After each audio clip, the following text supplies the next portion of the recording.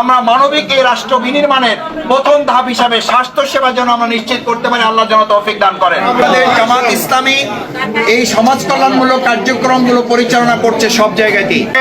আপনাদের বিভিন্ন সমস্যা নিয়ে আপনারা যারা এসছেন, বিশেষ করে এখানে মেডিসিন বিশেষজ্ঞ আছে,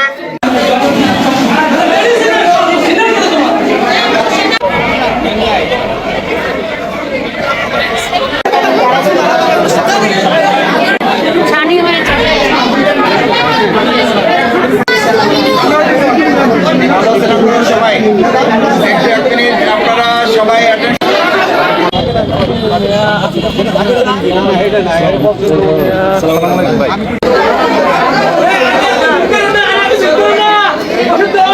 তারা দয়া করে ভবনের একেবারে পশ্চিম পাশে চলে যাবেন। চোখের ডাক্তার যারা দেখাবেন তারা ভবনের পূর্ব দিকে চলে আসবেন।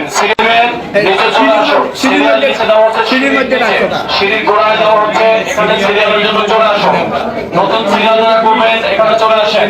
আজকের চিকিৎসা দেওয়া হচ্ছে ফ্রি, কেউ কোনো ধরনের কোনো টাকা দিয়ে লেনদেন করবেন না, বিশৃঙ্খলা করবেন না, সবাই চিকিৎসা নিতে পারবেন ইনশাআল্লাহ।